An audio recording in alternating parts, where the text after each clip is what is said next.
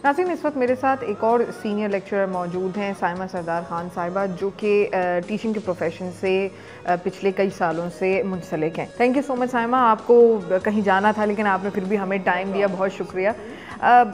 आपने गुफ्तगू सुनी रज़ी साहब की भी, आप क्या कहेंगी ये जो जनरल एटीट्यूड सामने आ रहा है बच्चों की तरफ से, या तो वो टनल विजन की तरफ जा रहे हैं कि वो कहते हैं कि हम सुसाइड कमिट कर लें, बस हमारे पास कोई रास्ता नहीं है, या फिर ज़ोर ज़बरदस्ती नकल ना करने के ऊपर, टीचर्स के ऊपर तशद्दुद करना। बच्चा जो आजकल का है वो मीडिया से बहुत इन्फ्लुएंस हुआ हुआ है। उसके एक सबसे बड़ी बात ये कि जैसे आपने कहा सुसाइडल कि ये क्यों बच्चे सुसाइड कर रहे हैं। एक बच्चे ने सुसाइड की, उसका एक पूरा का पूरा टीवी पे उसको एक प्रोजेक्शन मिला। एक बच्चा जिसको पता ही नहीं कि खुदकुशी चीज़ क्या है, उसको एक कॉन्सेप्ट तो नया मिल गया ना। If he is facing the same problem, उसको इसी चीज़ से वो is been throwing the same problem, ना उसको पता चला कि मेरे पास एक और बेबी है, I can do this thing. ये भी एक वे आउट है इस चीज़ से निकलने का। मैं अपने मेरा बच्चा, he is only 3 years old, वो जब देखता है टॉक शोज़ देख रहा है या वो कोई टीवी पे ऐड देख रहा है, वो उससे बहुत ज़्यादा इंप्रेस होता है, इन्फ्लुएंस होता है वो इन चीज़ों से, उसकी तरह की करने की हरकतें करने की शुरू कर देता है। फिल्में देखते हैं, उनको कॉपी देखता है, कोई टीवी में कोई ड्रामा चल रहा है, कोई डायलॉग उसने सुन लिया, he is also repeating the same thing.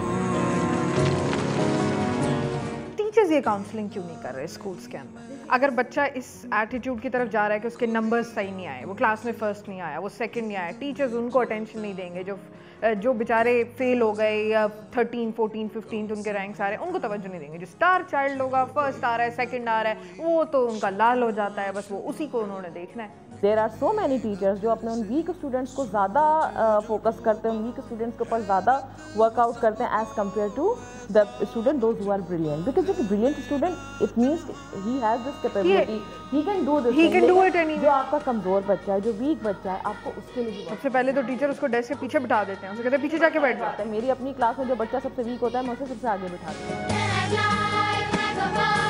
Parents को कोई मशवरा देंगी कि अगर वो जो बच्चों को मुसलसल प्रेशराइज करते हैं, रट्टो, याद करो, फर्स्ट आना है, नहीं आओगे तो घर मत आना, मतलब ये इस तरह के डायलॉग्स मैं कहती हूँ पेरेंट्स बच्चों को मोटिवेट ज़रूर करें, लेकिन मोटिवेट इस तरीके से करें कि वो उस चीज़ के लिए अनफेयर मीन्स को यूज़ ना करें।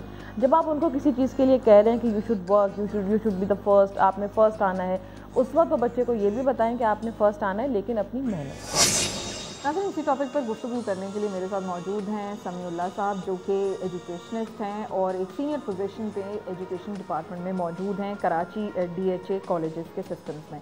इतने अरसे से आप एजुकेशन डिपार्टमेंट के साथ, मतलब एजुकेशन के शोबे से मुंसलिक रहे हैं, आपका क्या ख्याल है आजकल टीचर और स्टूडेंट्स के अंदर जो कोऑर्डिनेशन का गैप आ रहा है, जिसकी वजह से बच्चे अगर नकल नहीं कर पाते तो टीचर्स को मारते हैं, और अगर बच्चों के माँ बाप कोई बात नहीं सुनते तो सुसाइड कमिट करने की तरफ जाते हैं, क्या वजह हो सकती है?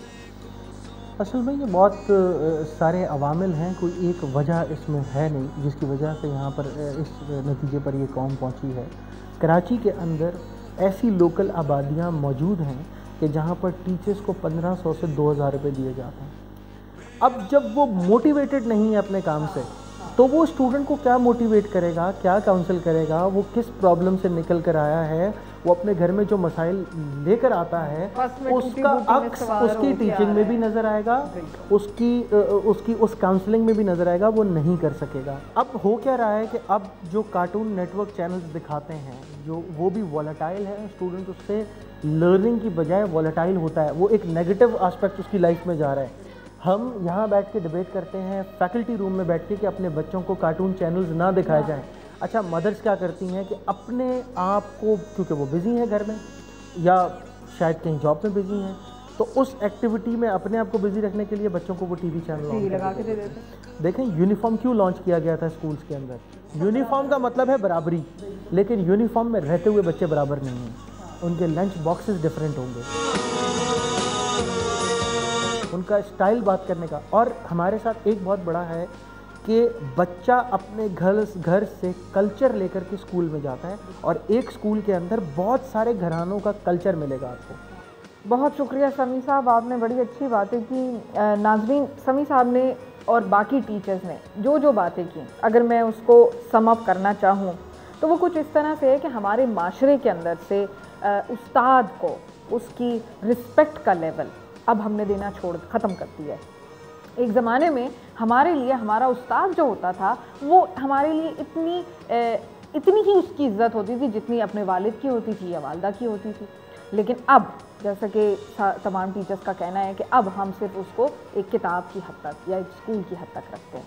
स्कूलों के अंदर एक ऐसी रैट रेस शुरू हो गई है कि अगर अच्छी गाड़ी में नहीं आएंगे तब हम फेमस या कूल नहीं है, अगर हमारी वालदा बन ठन कर सज बन कर नहीं आएंगी हमें पिकअप करने तब भी हम कूल नहीं है। हम इंग्लिश मीडियम स्कूल में पढ़ते हैं तो हम बहुत ज़बरदस्त हैं, अगर हम उर्दू मीडियम में पढ़ते हैं तो हमारी कोई औकात नहीं है।